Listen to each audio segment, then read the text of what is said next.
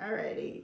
So a little bit about me and who I am and why I'm here. I'm actually Faylene Bell, and I work for a company called Nvidia. We are known very much in the PC gaming space. We also do quite a bit when it comes to high-powered computers. And I am a director of digital marketing platform operations. And you're like, what is that? So when you think about Nvidia.com, our digital marketing footprint from a website perspective, I'm responsible for the operations behind that, keeping our site up and running, efficient, smooth sailing, 24/7. So that's my role here at Nvidia. I have many years of experience in marketing, working across many different brands, really working on digital strategies, marketing technology stacks, providing advice, consulting, running campaigns, running results, you name it, I've done it. And I have a lot of experience to share about lessons learned in the corporate workspace, being an African-American woman in a male-dominated world, but that's another talk. Today, I'm going to kind of focus on the marketing aspect and some tips and suggestions that I've picked up along the way. I got my credentials in marketing way back when, and as I've mentioned, I've worked at some large brands. I've had really the benefit of living in multiple cities across the U.S. I've spent some time in New York. I worked at American Express. I started my career off in Chicago. I was in Atlanta, most recently worked at AT&T, American Cancer Society, a digital agency, and now I'm here at Nvidia. And I've been here in the San Francisco Bay Area for 2 years now, been married almost 19 years, and I have 2 teenagers. So that's a little bit about me and my background. So I'm going to kind of talk about the topics that I'm going to share today. One, I want to just share more about what is the optimal digital journey from a customer perspective and some best practices and tips and suggestions to align your strategies, and then also sprinkle in some industry examples.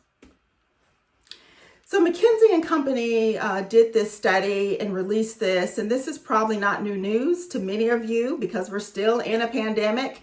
Even though the vaccinations are out there and I'm ready to raise my hand and get mine, really a lot of companies are still trying to accelerate how fast they should go as part of this digital transformation.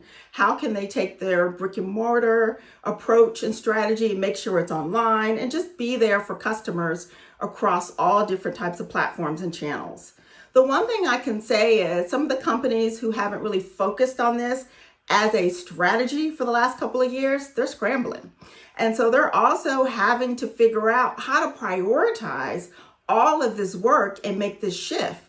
So it's really important to have a strategy in place because you are up against time. You probably have limited resources. So if you're not, necessarily in the digital space, you probably are feeling a lot more constraints than other industries that have always been focusing on a digital platform strategy. Fortunately, I've always been in the digital marketing space, so I was probably ahead of my time way back when, and I've enjoyed the reap benefits of us being, in this virtual environment because I've been busy as ever and being able to push a lot more. So what is the optimal digital customer experience? It's really about 5 key pillars that I'll talk about. One, I think you need to make sure you have a scalable and a fluid web platform. You also need to make sure customer navigation is seamless, no friction, have a very easy purchasing journey, dynamic and digestible content, and top-notch customer service. I'm getting background noise from somebody on the panel. Hopefully they muted. It's hard with digital and I can't see you all. So those are 5 pillars that I feel really encompass the optimal digital customer journey. So first I want to talk about web development. Prioritizing your website design and development is key, and it's really the foundation of anything when you think about digital marketing, digital strategies, having a digital presence. Mobile first design. No brainer, but you'd be surprised how many brands still build templates, websites, experiences with a desktop mentality first. You need to think about how customers are looking at your experiences on their mobile device. And that's where you start. Then you supplement with desktop. But mobile first is critical. Responsive web is how many companies are doing that from a web platform perspective. The second thing, chatbots. So you might get these little irritating pop-up chat. You're like, what is this? It's actually a service. It's managed by rules behind the scenes. And there's logic behind that. And companies use strategies to inject the chat at places where it makes the most sense within the customer journey. If you're on the billing page, that might be a great place to inject a chat bot because customers may have questions about their bills or they might need help with troubleshooting. Well, it may make more sense to inject that dialogue there to help customers overcome their task, whatever it is they're trying to achieve, versus just having a generic chat on the homepage. I'm not really trying to do much on the homepage other than look around and trying to figure out the navigation.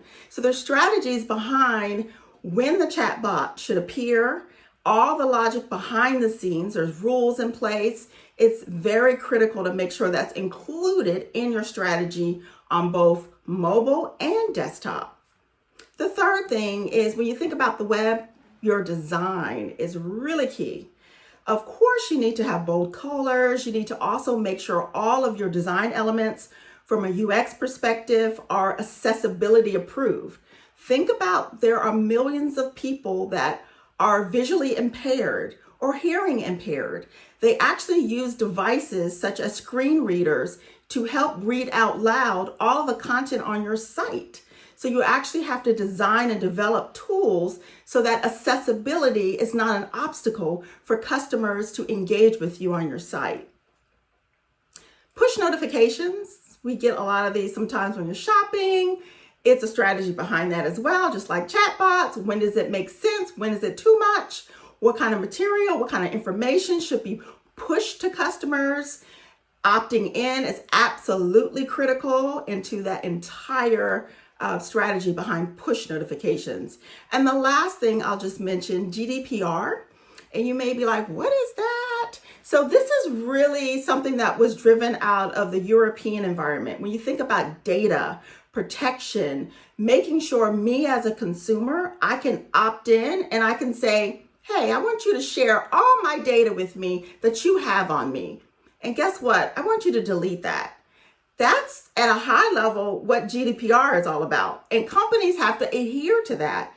You'll see those banners showing up on the sites. Do you want us to track you? Can you accept the cookies, delete the cookies? All that's connected. You need to make sure you've got the infrastructure in place to support that. In Europe, there's laws, there's hefty fines. Here in the States, we are adopting it more and more, and eventually it will be global. Everyone will be doing it. Just some industry examples. I'm not going to go too deep. I do have a limited window here on timing, but Disney really does a great job when you think about responsive web design and their experiences across multiple platforms and what they've been able to actually put out there to date. The next thing I'm going to talk about is seamless experiences. Creating a seamless digital experience. Again, more so of an emphasis now, because it's less about brick and mortar, it's more about the online presence and what you're doing. So companies have to build a cohesive presence and make sure that you're able to pick up the customer journey regardless of what channel they're tapping into. Many people, I'll start off on my mobile device, looking at Neiman Marcus, shopping, which I shouldn't be doing, but I do a lot of that because it's COVID. I then log into my laptop, join a bunch of WebEx calls for work. During lunch break, I might go to the Neiman Marcus site, get busy, distracted, back to working. In the evening, I'm picking up my iPad, back on Neiman Marcus, I'm one customer and I've just hit up Neiman Marcus in 3 different platforms.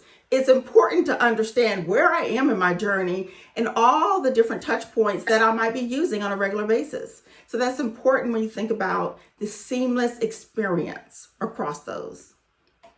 Some players in the market that are killing it when it comes to seamless experience, to me, Apple. Just, look at the experience, offline, online, integration, definitely things to think about. Purchasing journey.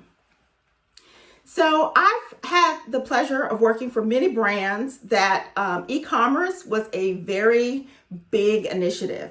It was about how we can generate online sales and make conversions from visitors, prospects, and even customers.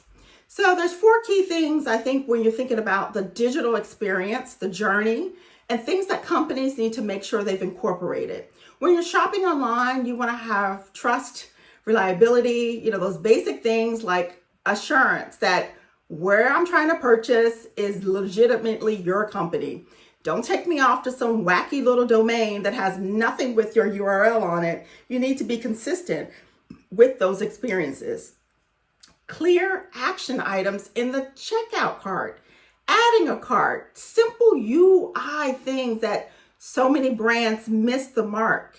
Make it very, very easy for people to know, okay, this is what I need to do. This is how many items I have. And connecting with customers. And I'll say this over and over again, do not hide customer contact information. Make it very easy for customers to call you, email you, chat with you, something.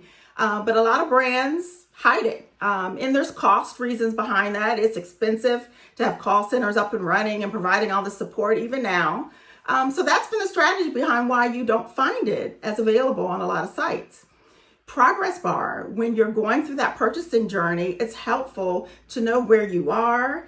It's also helpful to have a lot of auto completion logic built in. Why am I having to enter the same information for my shipping when I already told you and clicked the box that said it's the same as my billing? Auto populate all that information. And then offering a guest checkout. Now, everyone wants to sign up and register as a customer. So give customers and prospects that opportunity to do that on the end after they've made the purchase. Examples of players that are really doing this really well online, Amazon. Let me talk about dynamic content. So it's important to have content that's digestible. People do not want to read a bunch of stuff. They want to watch videos. They want to get bite-sized information from brands. Think about even TikTok. 15 seconds is enough. You don't need necessarily a lot of content. So this is the trend. It's going to continue to grow and definitely be more prominent. Metrics. I'm a marketer, core to my heart, been doing it for many years, and you've got to have metrics and marketing logic and numbers behind what it is you're doing and why and how you're tracking it, and use that information to help make decisions about content that's working, content that's not working, more content that's needed.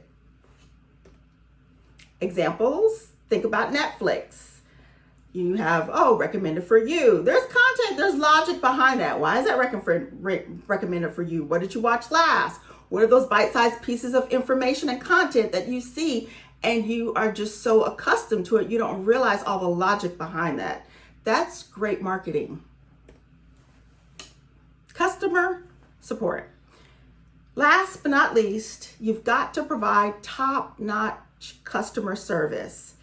Those that are best in class when it comes to customer service, they respond back to any inquiry within 3 hours or even sooner.